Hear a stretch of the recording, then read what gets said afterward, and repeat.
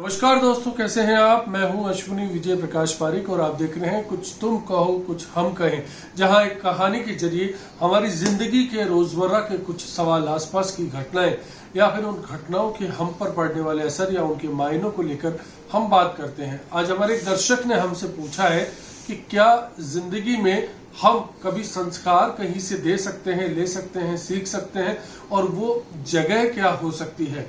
परिवार में अगर वो जगह है तो कौन सी है और उसको कैसे समझा जा सकता है। इसके लिए फिर से एक कहानी शायद आपने सुनी हो लेकर मैं हाजिर हूँ। इस कहानी में जो पात्र है वो एक बेटा होता है, एक पिता होते हैं और उसके बाद बहू और दो बच्चों की एंट्री होती है। दरअसल कहानी होती है मोहन नाम के किरदार की। मोहन काफी छोटा होता है जब उसके पिता खासा मेहनत करते हैं। स्कूल जाने के लिए वो जेब खर्च मांगने से भी डरता था, क्योंकि उसको पता था कि घर की आर्थिक स्थिति कैसी थी। उसके बावजूद पिता से चोरी छुप के उसकी माँ कई बार चंद पैसे उसकी जेब में रख दिया करती थी, और मोहन को ये पता था कि माँ ने इनके लिए कितनी मशक्कत की होगी, कितनी कुर्बानियाँ दी होगी। इस बात को समझते समझते मोहन बड़ा हो जाता है। एक दिन माँ भगवान को प्यारी हो जाती है और बूढ़े पिता अब लाचार हो जाते हैं। इस बीच मोहन की शादी हो जाती है, पूरा परिवार रच बस जाता है, दो बच्चे भी हो जाते हैं। लेकिन वक्त के साथ मोहन एक काम शुरू करता है और उस काम में मशगूल हो जाता है, व्यस्त हो जाता है। वहीं पत्नी अपने काम से, अपने बच्चों से मतलब रखती है। बूढ़ा पिता कब आया कब गया, क्या खाया क्या नहीं खाया, इससे उसका कोई खास वास्ता नहीं होता। यहाँ तक कि बच्चों को अपने दादा से मिलने से भी कई बार उसे ऐतराज होता था कि पता नहीं दादा क्या सिखाए और उनकी संगत का क्या असर हो। उन्होंने कुछ खाया तो ठीक है, नहीं खाया तो पूछने से वास्ता नहीं है। इस बीच जब घर के हालात लगातार ऐसे होते रहे तो बूढ़ा उदास व्यक्ति क्या करेगा। घर के बाहर अपना सुकून तलाशने की कोशिश करेगा, और ऐसा ही हुआ। मोहन के पिता रोज ये कह के जाते कि बेटा मैं तुम्हारे काका से मिलकर आता हूँ, कुछ काम है, और उसके बाद देर शाम वो घर लौटते। ये सिलसिला लगातार चलता रहा। इस बीच एक दिन पत्नी ने बताया कि आजकल पिताजी काका जी के घर बहुत आते जाते हैं। मोहन को लगा पिताजी को पैसों की ज़रूरत होगी, तो मोहन ने जाते हुए कहा पिताजी इन पैसों को रख लीजिए, काका जी के घर जा रहे हैं, काम आएंगे। लेकिन पिता ने टाल दिया, तो मोहन के मन में थोड़ा सा शक हुआ। अगले दिन जैसे ही पिता ने कहा कि मैं मिल आता हूँ काका से तुम्हारे, तो मोहन ने कहा ठीक है, और उनके निकलने के बाद उनके पीछे पीछे चलने लगा। उसने देखा कि करीब 2-2.5 किलोमीटर चलने के बाद जो रेलवे स्टेशन के पास पुराना बरगद का पेड़ है, उस पर बने चबूतरे पर पिताजी बैठे हैं। आने जाने वाले मुसाफिरों को देखते हैं, कभी ट्रेन की आवाज़ सुनते हैं, और ये सिलसिला घंटों चलता रहा। इस बीच एक शख्स जो कूली था वहाँ पर, वो आता है और पूछता है भाई साहब क्या देख रहे हैं। तो मोहन कहता है वो सामने पेड़ के नीचे जो बुजुर्ग बैठे हैं बस उन्हें ही देख रहा था। तो कूली हंसता और कहता है अरे भाई साहब, ये तो यहाँ का रोज का किस्सा है। जिन किरदारों को अपने घर में तवज्जो नहीं मिलती है, उनके लिए अपना दिन गुजारने का जो जरिया है, आजकल हमारे शहर का रेलवे स्टेशन और इसके आसपास का क्षेत्र बन चुका है। और ऐसे कई बुजुर्ग आप देख रहे हैं जो आसपास बैठे हैं, वो दरअसल ऐसे ही है।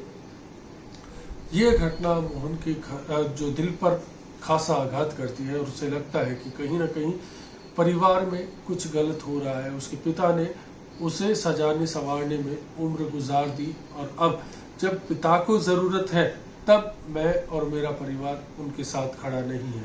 ऐसे में परिवार को सबक सिखाने के लिए मोहन को एक तरकीब सूझी, और उसने अपने काम में व्यस्तता का हवाला देते हुए चंद दिनों से पत्नी और बच्चों से बेरुखी से बात करना शुरू किया।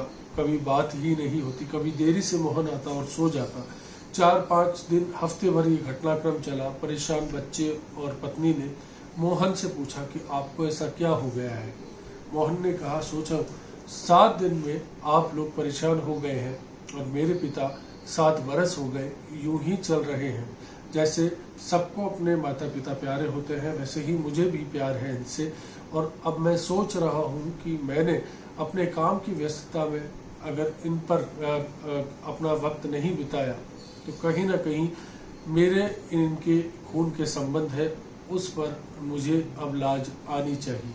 और इस बात के बाद दरअसल पूरे घर ने रियलाइज़ किया कि कहीं ना कहीं ये व्यवहार बदला जाना चाहिए। उस शाम फिर पिता लौटे।